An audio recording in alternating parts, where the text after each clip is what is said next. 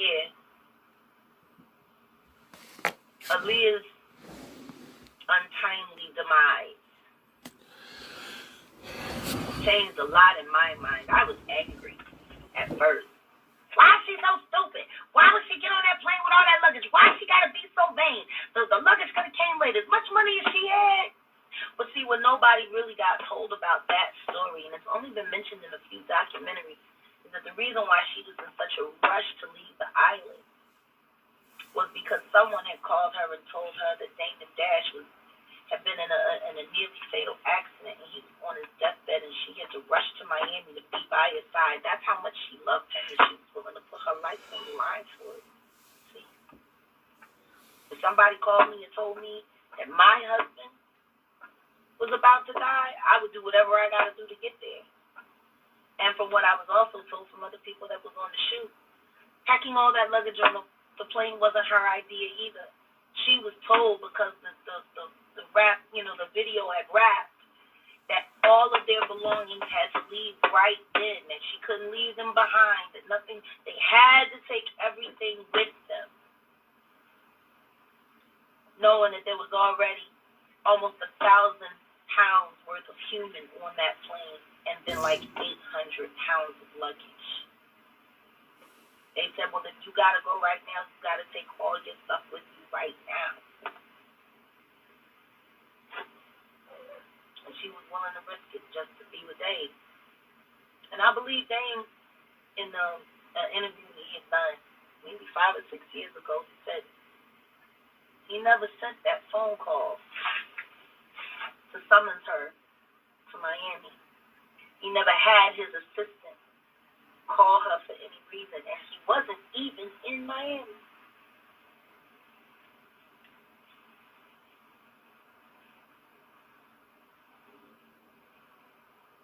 Aaliyah got a phone call that the love of her life was about to die in Miami, and he wasn't even in Miami, and the call came from his assistant, which didn't exist either. And Fatima, the choreographer, heard that phone call because she mentioned it too in an interview, and she never mentioned it again.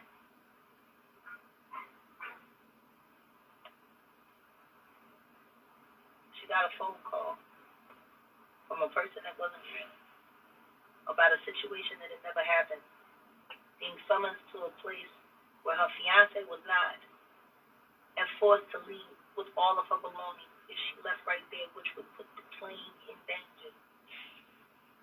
I don't know, but where I come from, that sounds like a setup. Like the pilot was a crackhead, a former crackhead, and even he, the crackhead, didn't want to go along with it, but he was told that he had to because he was under contract.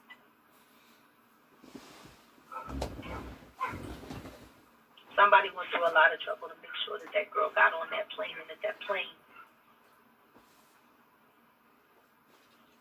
like I said, it's not my story to tell. But I'll be damned, there's a lot of people that benefited from Aaliyah being gone. A lot of people made it that wouldn't have made it if Aaliyah was still around. And I'm not so big on the idea of conspiracy theories, but typically the way I see things is, if you want to know who the masterminds are behind something, all you have to see is the person who benefits the greatest. That's the person that has the most motive to make sure people get moved around, the person that has the most to gain.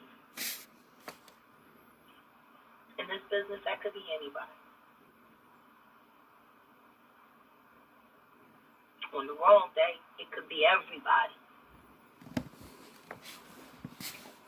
Ask Tory Lanez about what it's like to be hated by everybody.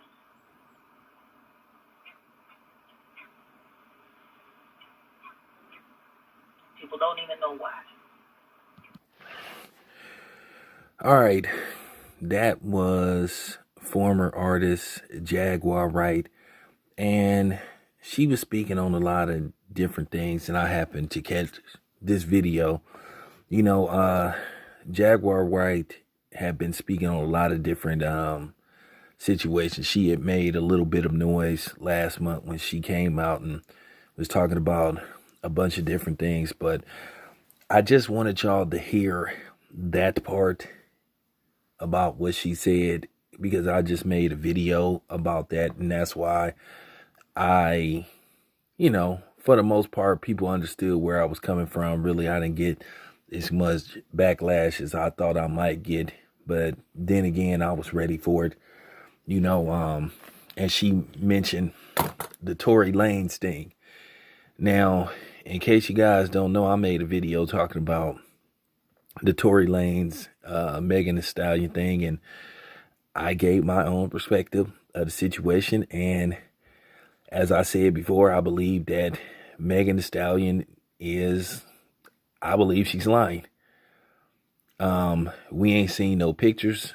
We ain't seen no x-rays. We ain't seen no doctor's reports.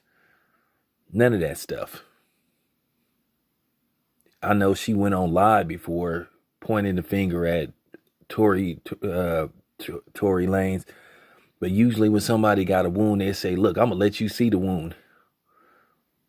But I think it's something to this story that they ain't telling you. And she just described what happened with Aaliyah. Because, I'm about to do a video discussing the R. Kelly and Aaliyah situation. It's going to be totally different from what she has to say. But that's interesting that she brought up the phone call, why, she left abruptly and all this stuff. Because, when these stories first come out, you hear a whole bunch of different things about what happened. And just like probably 10 or 15 years from now, we probably going to have more detail in what really happened with Nipsey Hussle and maybe Kobe Bryant and stuff like that. But at the end of the day, I just wanted to make a point. Like I said before, when I say what I say on my videos, I do my research. Now, sometimes my stuff is on the fly. I may just give my opinion at that moment and then may look up some things later on, But, yeah, this doesn't surprise me because I told you that Hollywood shit is eerie. It's not what you think it is, especially behind the scenes. If you think I'm lying, listen to that Spider Loc interview. Y'all need to listen to the Spider Loc interview. It's 3 parts. It's a really good interview. It's really telling about certain situations and what they do in Hollywood. So I hope y'all check it out. But yeah, I just wanted to give my quick opinion. Let me know what you guys think. It's your boy Town Biz. I'm out.